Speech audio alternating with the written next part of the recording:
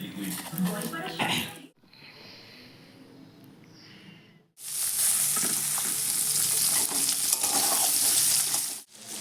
একটা দিয়েছি সবজির মধ্যে।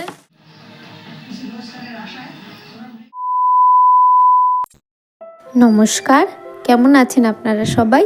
আশা করছি আপনারা ভালো আছেন। আমার আরও একটি নতুন ব্লগে আপনাদের অনেক অনেক স্বাগত এবং অনেক অনেক ভালোবাসা, এবং সকলকে জানাই সুপ্রভাত। এখন বাজে প্রায় সকাল 9:30 মতো। আজকে ভাত বসাতে দেরি হয়ে গেছে। আজকে দেখতেই পাচ্ছেন অনেক বেলা করে ভাত বসানো হয়েছে। তার কারণ আপনারা এর আগে আমি আপনাদের বলেছিলাম আগের ভিডিওতে যে আমাদের একজন মারা গিয়েছে। তো তার জন্য যেহেতু আমাদের নিরামিষ চলছে, সেদ্ধ ভাত নয়, আমরা নিরামিষই খাচ্ছি। তো যেহেতু দূর সম্পর্কের জ্যাঠা শ্বশুর, ওর জন্য আমাদের নিরামিষই খেতে হবে। মানে তেল ফেল সবই খেতে পারবো, হলুদ টলুদ সবই খেতে পারবো, শুধু পারবো না মাছ মাংস পেঁয়াজ রসুন এগুলো খেতে। আর এদিকে দেখতে পাচ্ছেন সকালবেলা মা বাজার করেছে ফুলকপি, একটা বড় দেখে ফুলকপি নিয়ে এসেছে, আর এদিকে বেগুন, আর হচ্ছে আর কিছুটা আলু, মানে আলু বলতে 1 কেজি মতো আলু নিয়ে এসেছে। আর এদিকে আমি ভাত বসিয়ে দেওয়ার জন্য চালটা ধুয়ে রেডি করে রেখে দিয়েছি প্রেসার কুকারে, মটর ডাল সেদ্ধ করতে দিয়েছি। আর এদিকে জল গরম হচ্ছে, জল গরমই 1 হাঁড়ি জল গরম হচ্ছে। আমার শাশুড়ি মা স্নান করবেন সকাল সকাল, কারণ আমাদের যে মারা গেছেন, তো তার আজকে হয়তো মোটামুটি যতদূর সম্ভব আজকে 11 দিন কি 12 দিন। তো 12 দিনের মধ্যে তো 11 দিন 10 পিণ্ড হয়ে গেলে তো 10 দিনের পরেই তো আমরা 11 দিন থেকে জামাকাপড় কাচাকাচি শুরু করে দিতে পারি। তো আমার শাশুড়ি সমস্তটাই কাচাকাচি শুরু করে দিয়েছে। যেহেতু এইবার আমি কাছাকাছি করতে পারবো না, এইবার তো একেবারেই সম্ভব নয়। আর আমার শাশুড়ি মাও বারণ করেছে, সকলেই বারণ করেছে আমাকে যে তুই জামাকাপড় কাচবি না, কারণ যেহেতু জামাকাপড় কাচতে গেলে পেটে প্রেশার পড়বে, ওর জন্য আমাকে সকলে না করেছে। আর যেহেতু লাস্ট মান্থের দিকে চলছে আমার, তো তার জন্য সবাই না করেছে আমাকে জামাকাপড় কাচতে। তো যেহেতু মাকে তো আমি সেইটা সাহায্য করে দিতে পারবো না, তো যতটুকু আমি চেষ্টা করছি যে যতটুকু পারি ততটুকু আমি সাহায্য করে দেবো। তো মাকে আমি বললাম যে সকাল সকাল তাহলে তুমি হচ্ছে জামাকাপড় কটা কেচে নাও, এদিকে আমি তাহলে ভাত ডাল এগুলো বসিয়ে দিচ্ছি, তুমি আস্তে আস্তে আমি যতটুকু পারি ততটুকু রান্না করবো খুনি, বাকিটুকু তুমি করো। তো মার প্রায় হয়েই গেছে, মা অনেক সকালে ওঠে, আমি আপনাদের বলেইছিলাম। আর এখন যেহেতু শীত পড়েছে, শীতের জন্য আমরা সবাই অনেকে দেরি করেই উঠছি, কিন্তু এই কটা দিন একটু তাড়াতাড়ি উঠতে হবে, কারণ সকাল সকাল সমস্ত কাজবাজ সেরে মাকে আবার রান্না বান্না করতে হবে। তো তার জন্য মা হচ্ছে সমস্তটা গুছাবে বলে, সমস্তটা কাচবে বলে, ওই জন্য আজকে সকাল সকালই ঘুম থেকে উঠেছে। তো সকাল সকাল ঘুম থেকে ওঠার পরে সমস্ত কাজ মা করে নিয়েছে, বাসি কাজ যা যা মার থাকে সেগুলো করে নিয়ে জামাকাপড় অনেকগুলো ভিজিয়েছে। তা আমি আপনাদের ছাদে গিয়ে অবশ্যই দেখাবো যে কতগুলো মা জামাকাপড় ভিজিয়েছে। আর মা ভেজালে এইভাবেই ভেজায়, কারণ মা তো জানে যে মাকেই এই বছরটা এইবার করতে হবে, মানে মাকেই সমস্তটা কাচতে হবে। ওর জন্য মা বললো বেশি দেরি করবো না, যতটা পারবো আমি ততটা আমি কেচে নিই, তাহলে তুই রান্নাটার দিকে বসিয়ে নে। তো আমি এদিকে দেখতেই পাচ্ছেন মার স্নান করার জলটা দিয়ে এসেছি, আর এই দিকে আমি হচ্ছে ভাতটা বসিয়ে দিয়েছি। আর এখানে হচ্ছে প্রেসার কুকারের ডালটা সিটি দেওয়া হয়ে গেছে, ডালটা প্রায় সেদ্ধ হয়ে গেছে। আর এদিকে মা হচ্ছে ছাদে গেল সমস্তটা, আর ওইদিকে মা ছাদে গেছে সমস্ত জামাকাপড়গুলো মেলে দিতে। মার স্নানও হয়ে গেছে, তো মা বললো যে আমাকে একটুখানি আদা চা করে দে, কারণ সকাল সকাল যেহেতু ঠান্ডা পড়েছে, আর আমার শাশুড়ি মারও যেমন ঠান্ডা লেগেছে, আমারও তেমন ঠান্ডা লেগেছে। আপনাদের তো এর আগে বললামই যে একটা পোস্টে আমি লিখেছিলাম যে আমার শরীরটা খুবই খারাপ ছিল, আমার হচ্ছে সর্দি কাশি জ্বর সবটাই ছিল। তো তার জন্য আমি কটা দিন ভিডিওই করতে পারি, মানে যেটুকুনি ভিডিও করেছি সর্দি কাশির মধ্যে সেইটুকুই আমি আপনাদের সঙ্গে শেয়ার করছি। কিন্তু আমি ভয়েস দিতে পারিনি, তার কারণ এত পরিমাণে কাশি হয়েছিল, তো কাশতে কাশতে মানে কথাই ঠিক মতো মুখ দিয়ে বেরোচ্ছিল না। তো যতবার কথা বলতে যাচ্ছি ততবারই কাশি হচ্ছিল। তো তার জন্য আমি হচ্ছে ঠিকমতো ভয়েস দিতে পারবো না বলে আমি ঠিকমতো ভিডিওই আপলোড করতে পারিনি। আপনারা আমার গলার আওয়াজ শুনলে এখনও বুঝতে পারবেন যে আমার ঠান্ডাটা এখনও যায়নি, তো কোনো রকম কাশিটা কম হয়েছে, ওর জন্য আমি আপনাদেরকে ভিডিও আপলোড আজকে দিতে পারছি। এদিকে চলে আসলাম, মা ওদিকে রান্না করছে। মা বলল যে আমার তো চাটা সব খাওয়া হয়ে গেছে, এখন আর কোনো কাজ নেই, তাহলে তুই চলে যা, আমি বাকি রান্নাটা করে নিচ্ছি। তো মা ওদিকে করছে ফুলকপির তরকারি, আজকে যেহেতু নিরামিষ, তো নিরামিষ হিসেবেই ফুলকপির তরকারি আর কিছু ভাজাভুজি হয়তো করবে। তো বাকি আমি ভাবলাম তাহলে ঠিক আছে, তাহলে চলো বাকি কাজগুলো আমি করে নিই। তো ঘর গুছানো, ঘর মোছা, এগুলো তো রোজগারের ব্যাপার, এগুলো তো করতেই হবে। আর বাকি যে কাজগুলো, এক্সট্রা যে কাজগুলো আমার ছিল, সেগুলো হচ্ছে আমার এই যে ঘরের ঝুল ঝাড়াটা। আসলে ঘরের ঝুলটা আমি হচ্ছে ঝাড়িনি, আগের দিনই ঝেড়ে ফেলতাম, কিন্তু আগের দিন এতটা শরীর খারাপ ছিল যে আমি ঠিকমতো ঘরের ঝুল ঝাড়তে পারিনি। তো ওর জন্য মা বললো যে তাহলে তুই আজকে যদি ভালো থাকিস তাহলে আজকে ঘরের ঝুলটা ঝেড়ে নে। তাহলে ঘরটা ঝাড় দেওয়ার আগে আমি ঘরের ঝুলটা ঝেড়ে নিয়েছি। আর মা বাবুর যে দুটো ঘরই মা বাবুর হচ্ছে ইয়ে করে নিয়ে যে ঝুল ঝেড়ে নিয়েছে। ও মা তো আগের দিনই ঝুল ঝেড়ে নিয়েছে, কারণ কাচাকুচি হলে সেই কাচাকুচি জামা কাপড়গুলো তো সব কিছু একটা ঘরের মধ্যে রাখতে হবে, তো আর সেগুলো তো আমরা ঠিকমতো ছুঁতে পারবো না। তো তার জন্য ওগুলো মা হচ্ছে ওই নতুন ঘরটা সবার আগে ঝেড়ে নিয়েছে, তারপরে মা পুরনো ঘরটাও ঝেড়ে নিয়েছে। আর এদিকে চলে আসলাম, আমি হচ্ছে আমার ঝুল ঝাড়া হয়ে গেছে, ঝুল ঝেড়ে নিয়ে আমি চলে আসলাম বাসি ঘরটা ঝাড় দিয়ে নিতে, কারণ অনেকটাই বেলা হয়ে গেছে। এই কাজগুলো করতে করতেই 10:30 বেজে গেছে, প্রায় সকালের খাবার টাইম হয়েই গেছে। অন্য দিন আমার তাড়াতাড়ি 10:30টার মধ্যে সমস্ত কাজ হয়ে যায়, কিন্তু আজকে একটু দেরি হয়ে গেছে। তো তার জন্য একটু তাড়াহুড়ো করছি যে এর মধ্যে আমার শ্বশুরমশাইও খেতে চলে আসবেন সকালবেলা। তো যদি আমাকে বাই চান্স ভাতটা দিতে হয়, তো আমার শ্বশুরমশাই আসার আগে আমাকে রেডি হয়ে থাকতে হয়, কারণ বলা যায় না আমার শাশুড়ি মা হয়তো দোকানে গেলেন বা হয়তো কোনো দরকারি কাজে গেলেন, তো তখন হচ্ছে আমাকে ভাত দিতে হয়। ওর জন্য সমস্ত কাজ আমি আমার শ্বশুরমশাই আসার আগেই করে রাখি, তো সেটাই করছি। আর এই যে চলে আসলাম খাওয়া দাওয়া করে, সকালবেলার খাওয়া দাওয়া করে চলে আসলাম ওপরে ছাদে। তো মার তো প্রচণ্ড শীত লাগছিলো, আসলে সকাল সকাল স্নান করেছে তো ওই জন্য শীত লাগছিলো। তো মা বললো আমি গামলা নিয়ে আগে যাই ওপরে, জামা কাপড়গুলো যেগুলো শুকিয়েছে সেগুলো নামিয়ে নিয়ে আসি, আর একটু রোদে বসবো। তো ওদিকে রোদে বসতে গিয়ে মা হচ্ছে এত পরিমাণেই রোদ দিয়েছে, মানে এখন শীতের ব্যাপারটা কেমন বলুন তো, মানে যেই সন্ধে হয়ে যাচ্ছে তখন হচ্ছে খুব ঠান্ডা লাগছে, আর যেই সকাল হয়ে যাচ্ছে মানে যেই একটু বেলা হয়ে যাচ্ছে তখন আবার গরম লাগছে। আর এই রকম গরমের জন্য, এরকম গরম শীত পড়ছে বলেই ওয়েদার চেঞ্জের জন্য সবার ঠান্ডা লাগছে, সবার জ্বর আসছে। আর এদিকে দেখতেই পাচ্ছেন কতগুলো মা জামা কাপড় কেচে দিয়েছে, মার ঘরের মশারি টশারি সমস্তটা কেচে দিয়েছে, এখন আমার ঘরের অর্ধেকটা বাকি আছে।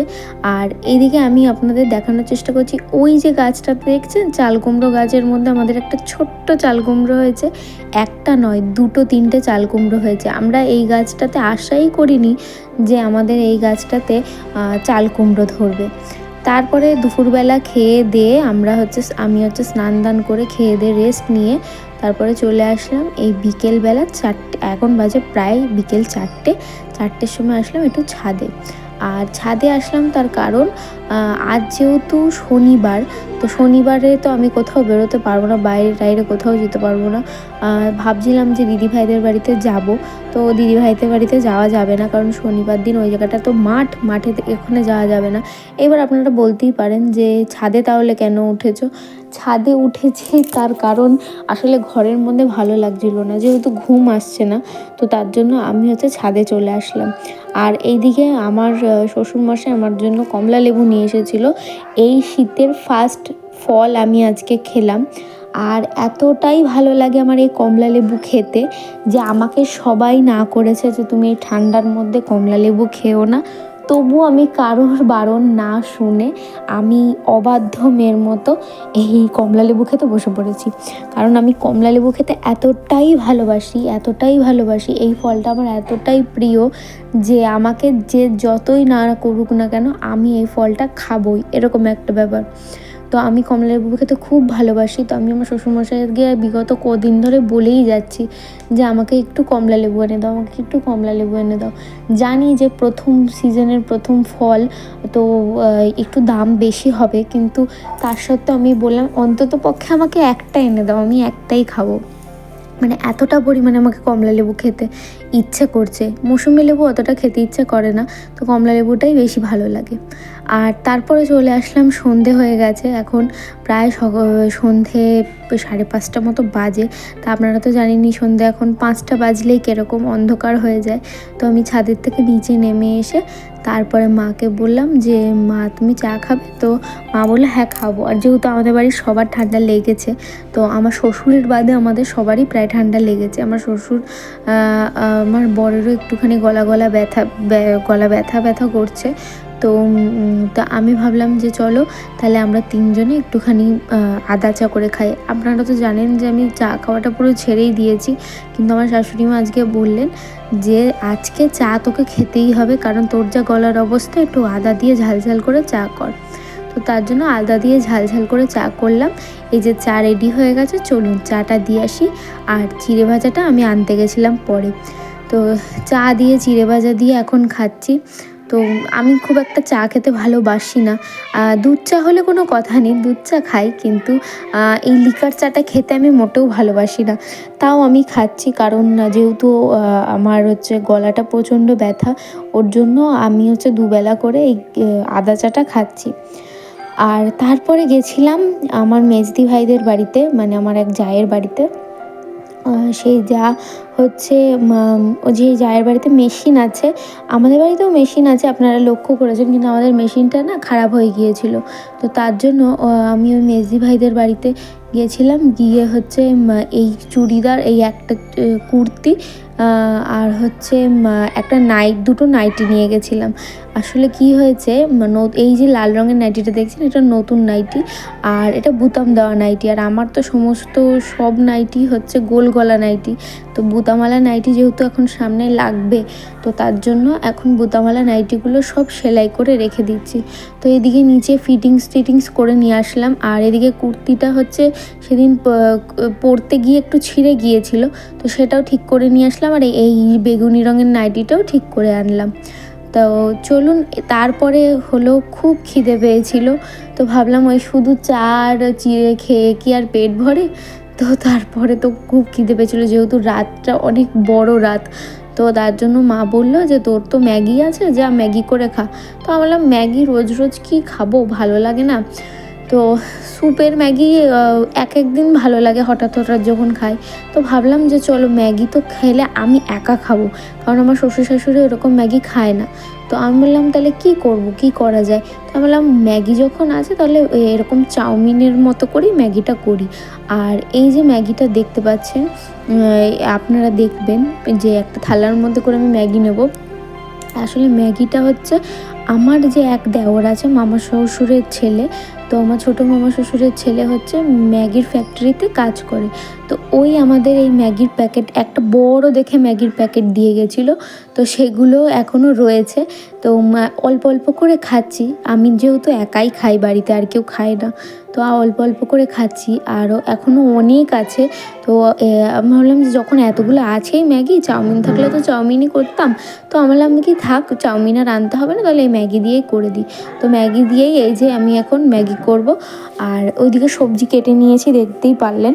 সেরকম সবজি কিছুই ছিল না, শুধু শীতের সবজি বলতে ফুলকপিটাই ছিল। আর ওই যে বিনসের মতো দেখতে, ওটা কিন্তু বিনস নয়, আমি বিনসের মতো করে কেটেছি, ওটা ছিল বরবটি। তো বরবটি, আলু, বিনস আর হচ্ছে একটু টমেটো দিয়ে আজকের ম্যাগিটা আমি করব। আর আগের দিন যেই আমার জন্মদিনের সময় যে চিলি চিকেন করার জন্য যে সসগুলো আনা হয়েছিল, সেই সসগুলো তো রয়ে গেছে। তো ভাবলাম যে একটু রেস্টুরেন্ট টাইপের যদি করতে পারি, মানে চেষ্টা করে দেখি যে রেস্টুরেন্ট টাইপের হয় নাকি। কিন্তু বিশ্বাস করুন, এরকম সস দিয়ে সব কিছু দিয়ে এত সুন্দর করে করেছি, মানে খুব সুন্দর হয়েছিল খেতে। আর আমার শ্বশুর শাশুড়ি সবাই খেয়েছিল। আর আমার শ্বশুরের যেহেতু জ্বর ছিল, তো আমার শ্বশুরেরও জ্বরের মুখে বেশ ভালোই লাগলো। তো আমি আগে আগে বলেছি যে আমার শ্বশুরের সেরকম কিছু হয়নি, কিন্তু আমার শ্বশুরেরও জ্বর এসেছিল সন্ধেবেলায়। তো তখন বেলা পর্যন্ত ভালোই ছিল, কিন্তু সন্ধেবেলা হঠাৎ করে জ্বর চলে এসেছিলো। তো আমি বললাম কি জ্বরের মুখে তাহলে ভালোই লাগবে, একটু ঝাল ঝাল করে করি। তো সমস্ত সস ফস দিয়ে এই যে আলুটা ভেজে নিলাম, আর ওইদিকে ম্যাগিটা সিদ্ধ করে নিয়েছি, আপনারা দেখেছেনই। আর এদিকে হচ্ছে বিনসগুলো দিয়ে দিলাম, বিনস নয় সরি ভুল বলছি, বরবটিগুলো দিয়ে দিয়েছি, আর ফুলকপিও দিয়ে দিয়েছি, তারপরে দিয়ে দিলাম টমেটো। তো সব কিছু ভালো করে ভেজে নিয়ে যে মশলাটা আছে সেই মশলাটা একটা দিয়ে দেবো, এই যে কাটা মশলাটা দিয়ে দেবো। এই মশলাটা দিয়ে তারপরে সসগুলো দিয়ে ভালো করে করে নেব। আর যেহেতু আমাদের নিরামিষ খেতে হবে, ওর জন্য নিরামিষ চাউমিনের মতো করেই করছি ম্যাগিটা। তো নিরামিষ ম্যাগি করছি। আর কিন্তু হ্যাঁ, পেঁয়াজ আর একটুখানি রসুন যদি দেওয়া হতো খুব সুন্দর হতো, কিন্তু ভাল লাগতো খেতে। কিন্তু আমি হচ্ছে পেঁয়াজ রসুন কিছুই দেবো না, কারণ যেহেতু পেঁয়াজ রসুন খেতে নেই, ওর জন্য পেঁয়াজ রসুন কিচ্ছু দেবো না। নর্মালি একদম নিরামিষভাবেই করব। আপনারা দেখতেই পেলেন সমস্ত সবজি দিয়ে আমি ভালো করে করে নিয়েছি, আর ভালো করে কড়াইতে নেড়ে নিয়েছি, ভালো করে ভাজাও হয়ে গেছে। আর এই দিকে সসগুলো সব দিয়ে দিয়েছি, সসগুলোর আর ভিডিও করতে পারিনি, আপনাদের সসগুলো দেওয়ার পরেই আমি দেখাচ্ছি। এইবার ঢেলে দেবো চাউমিনটা তার আগে হচ্ছে আমি জল ঝরিয়ে রিফাইন তেল একটু মাখিয়ে রেখেছিলাম, যাতে গায়ে গায়ে একটার সাথে একটা না লেগে যায়। কিন্তু রিফাইন তেল দিলেও না চাউমিনটা যে এমনি নর্মাল যে চাউমিন সেগুলো না গায়ে গায়ে লেগে যায়। কিন্তু এই ম্যাগিটা দেখলাম এতটাই ভালো, কোনোটার সাথে কোনোটা একটাও লেগে যায়নি, সুন্দর ম্যাগিটা হয়েছিল। তারপরে এই যে সবটা মিশিয়ে নিলাম। এর মধ্যে একটা জিনিস করেছি আমি, আমি ম্যাগিটা দেওয়ার পরে হঠাৎ করে মনে পড়লো আমি হলুদই দিইনি। তো মাকে বলছিলাম মা আমি তো হলুদ দিইনি। মা বলছে থাক, হলুদ দিতে হবে না, তুই যখন দোকানের মতো করে করছিস তাহলে দোকানের মতো করেই হবে, কারণ দোকানে তো আর হলুদ দেয় না। আমি বলছি হ্যাঁ ঠিক বলেছো, তাহলে দোকানের মতোই থাক, তাহলে আমি আর হলুদ দিলাম না। তো তার জন্য আর হলুদ দিইনি। আর সবারটা প্লেটের মধ্যে বেড়ে বেড়ে নিয়ে এসেছি। আর এটা হচ্ছে আমার, এখানে হচ্ছে একটু চিলি সস নিয়ে নিয়েছি, আর একটু টমেটো সস নিয়ে নিয়েছি। বহুদিন পরে এরকম বাড়িতে বানানো ম্যাগি খাচ্ছি, খুব ভালো হয়েছিল। তাহলে চলুন খেয়ে নিই। আজকের ভিডিওটা আমি এখানেই শেষ করছি। কেমন লাগলো আজকের ভিডিওটা অবশ্যই কমেন্টের মাধ্যমে জানাবেন। ভালো লাগলে একটি লাইক করে দেবেন, এবং আমার চ্যানেলটিতে যারা নতুন আছেন তারা এখনও যারা সাবস্ক্রাইব করেননি তারা সাবস্ক্রাইব করে দেবেন। যারা আমার ফেসবুক পেজ থেকে ভিডিওটি দেখছেন, আমার ফেসবুক পেজটিকে ফলো করে দেবেন এবং লাইক কমেন্ট করে আমার পাশে থাকবেন। তাহলে দেখা হবে পরবর্তী আরেকটি নতুন ব্লগ নিয়ে। ততদিন ভালো থাকবেন, সুস্থ থাকবেন এবং সকলের খেয়াল রাখবেন।